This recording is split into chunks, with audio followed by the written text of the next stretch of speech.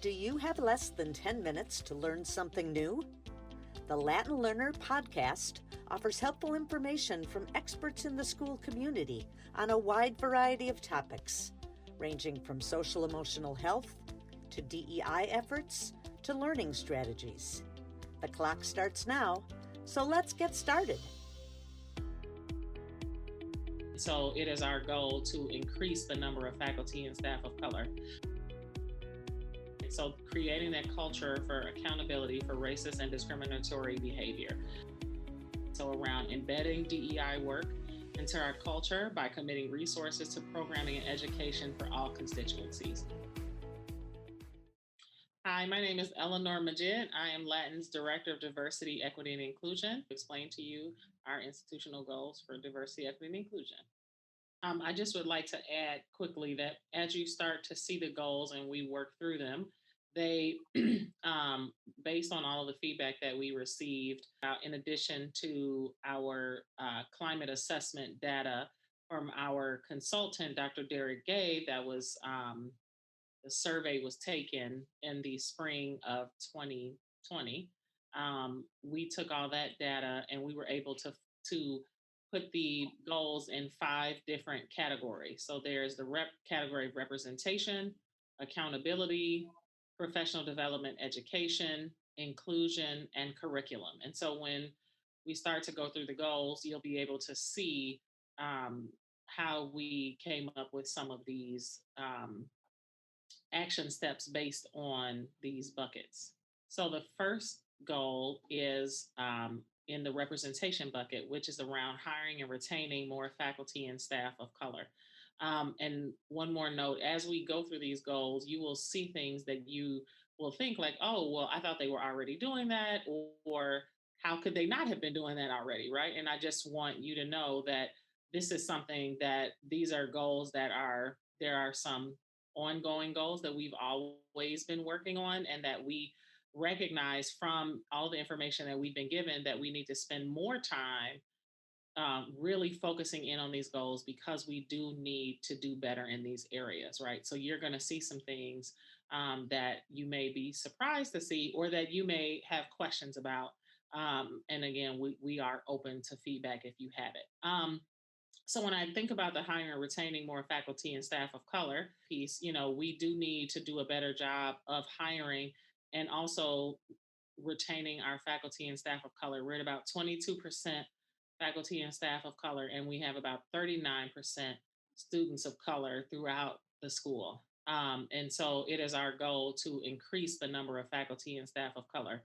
One of the ways that we can do that is by conducting implicit bias training for everyone who is involved in our hiring process. And so having everyone have the same goals around hiring, the same understandings around hiring, and why we hire the way that we do, and what kinds of things we need to question about our processes.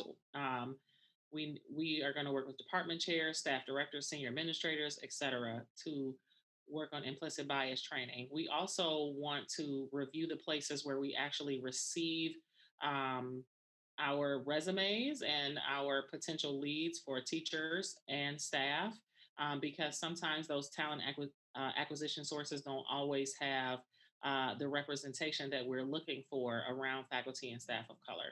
And based on the climate assessment data, you'll see here that there was a need for there's an express need for more Asian teachers in the lower school. And then in the climate assessment, again, more express needs for Black and Latino teachers in the middle and upper school.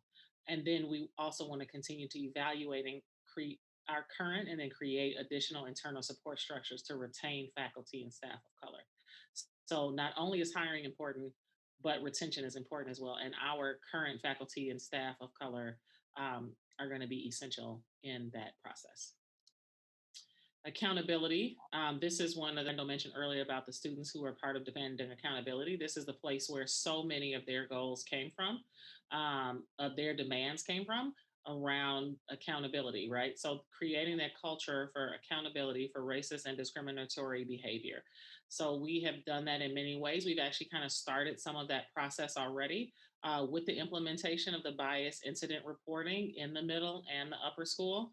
And we have found, and we have started to have conversations around introducing restorative justice practices feels like the right collaboration between the incidents of bias reporting and the restorative justice practices. That feels like a good way to bring that educational piece into our community. And so we are making efforts in those ways as well.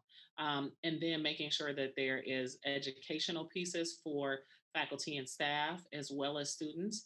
And really everyone around the school, because we also recognize that this is not just accountability for our faculty and staff and our students, but it's accountability for everyone in our community. If we're going to create an inclusive space, we have to be better about holding each other and our community members accountable. And then also making transparent the policies and practices related to that. So everyone has an understanding of what they should and should not be doing and how we as a school will handle that.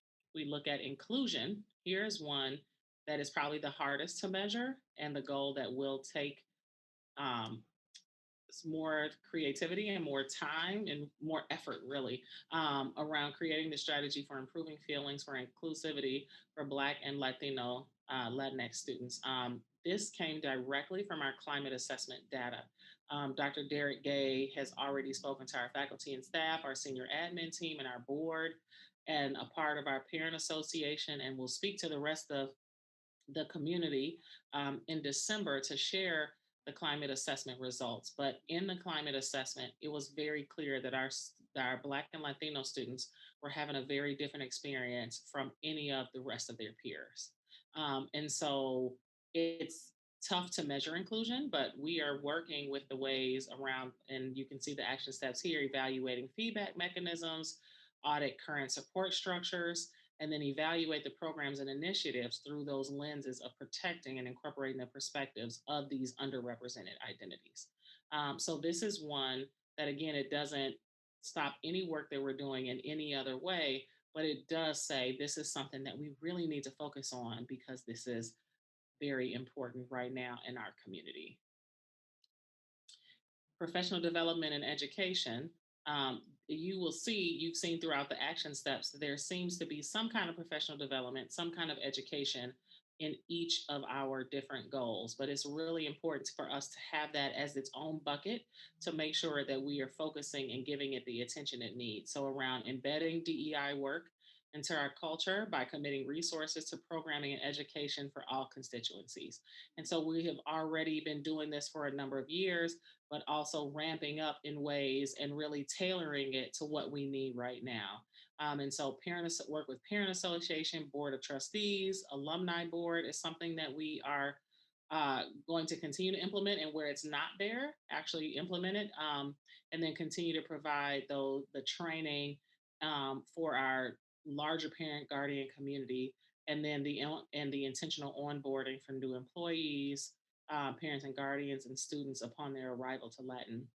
And then we have already started to incorporate DI professional development for faculty and staff and admin, that is embedded into their their day, like their school day, their work day.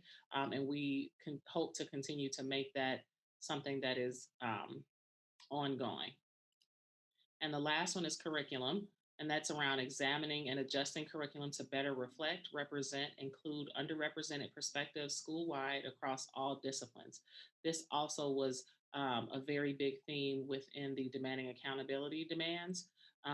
They really, in the classroom, do students feel a connection to what they are learning? Are their identities represented in our curriculum? And what do we need to do better in order to make sure that happens? And so, we adopted teaching tolerances, social justice standards in 2017, but we want to continue to work with our faculty to make sure that is incorporated in a way that is felt by all students, and also that all teachers are able to teach in their classrooms.